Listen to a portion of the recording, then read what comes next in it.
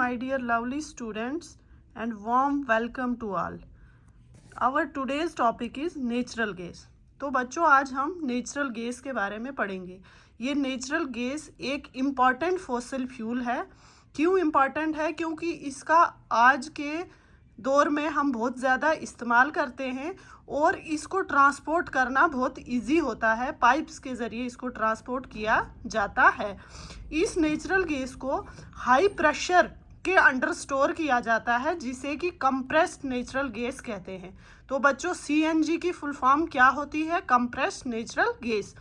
ये जो compressed natural gas होता है ये आज के दौर में पावर जनरेशन के लिए भी इस्तेमाल होता है। इससे बिजली बनाई जाती है and is now being used as a fuel for transport vehicles because it is less polluting. तो आज कल बहुत सारी गाड़ियां जो है वो इस फ्यूल से चलाई जाती है, सीएनजी से। क्यों चलाई जाती है? क्योंकि इससे लेस पोल्यूटिंग है, ये इससे कम पोल्यूशन होती है। इसको क्लीनर फ्यूल कहते हैं। बाकी फ्यूल्स के कंपैरिजन में इससे बहुत कम पोल्यूशन होता है।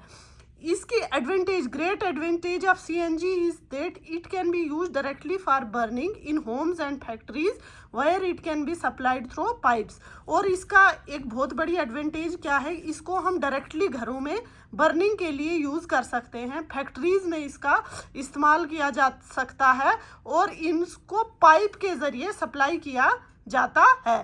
Such a network of pipeline exist in Vadodara Gujarat में, सम पार्ट्स ऑफ दिल्ली और अदर प्लेसेस। गुजरात में इस तरह का नेटवर्क पाइपलाइन का है जहाँ पे इसका सीएनजी का इस्तेमाल होता है।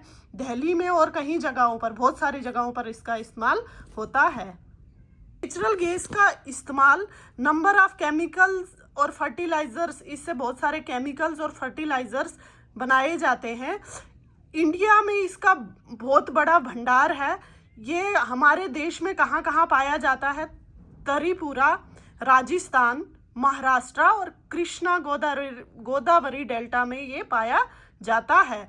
अब एक क्वेश्चन पूछ रहा है बच्चों यहाँ पे, क्या कोल, पेट्रोलियम और नेचुरल गैस को हम डेड ऑर्गेनिज्म से लेबोरेटरी में बना सकते हैं?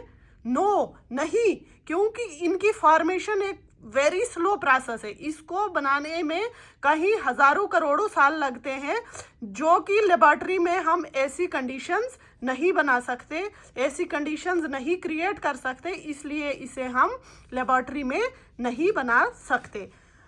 अब नेक्स्ट है some natural resources are limited. तो बच्चों हमने स्टार्टिंग में ही पढ़ा, जैसे कुछ नेचुरल रिसोर्सेज होती हैं वो एग्जॉस्टेबल होती हैं, जैसे कि fossil fuels, forest, minerals etcetera, जिनका हम अगर सही तरीके से इस्तेमाल नहीं करेंगे तो एक दिन ऐसा आएगा वो इस धरती से ख़त्म हो जाएंगी।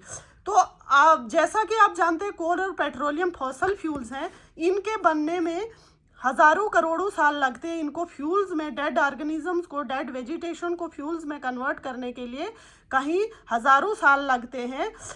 तो on the other hand the known reserves of these will last at most a few 100 years. तो इनका हमें सही ढंग से इस्तेमाल करना चाहिए। अगर इनका इस्तेमाल हम सही तरीके से नहीं करेंगे तो कुछ ही चंद 100 सालों में ये जो रिजर्व्स है, ये जो भंडार है, ये ख़त्म हो जाएंगे।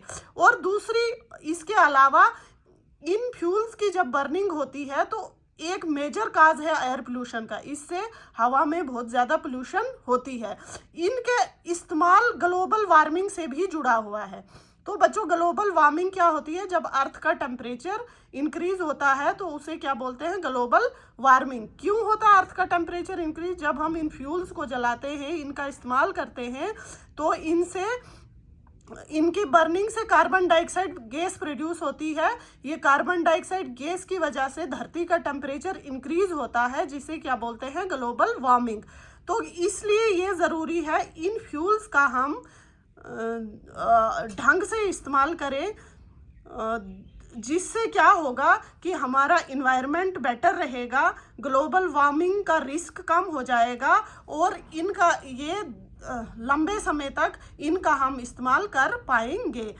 तो इंडिया में एक पेट्रोल कंजर्वेशन रिसर्च एसोसिएशन है, पीसीआरए, एक संस्था है, एक संगठन है जो ये एडवाइस करता है लोगों को कि पेट्रोल और डीजल को कैसे सेव किया जा सकता है वाइल ड्राइविंग, गाड़ी चलाते समय हम इसका कैसे सेव कर सकते हैं। तो इन्होंने क्या क्या टिप्स दी है कि हमेशा कांस्टेंट और मॉडरेट स्पीड पे जितना हो सके गाड़ी चलानी चाहिए। Switch off the engine at traffic lights, जहाँ भी ट्रैफिक लाइट्स वगैरह होती हैं हमें रुकना पड़ता है, वेट करना पड़ता है, तो वहाँ पे गाड़ी को बंद कर देना चाहिए। Ensure correct tyre pressure, tyre का प्रेशर हमेशा सही होना चाहिए जिससे इस पेट्रोल और डीजल को सेव किया जा सके। रेगुलर मेंटेनेंस ऑफ व्हीकल, गाड़ी की रेगुलर मेंटेनेंस करनी चाहिए ताकि वो ज़्यादा माइलेज दे और कम से कम पोल्यूशन इससे हो। तो this was all about coal and petroleum. इसके साथ ये चैप्टर ख़त्म होता है। तो मिलते हैं नेक्स्ट वीडियो में नेक्स्ट चैप्टर के साथ। तब तक के लिए गुड बाय।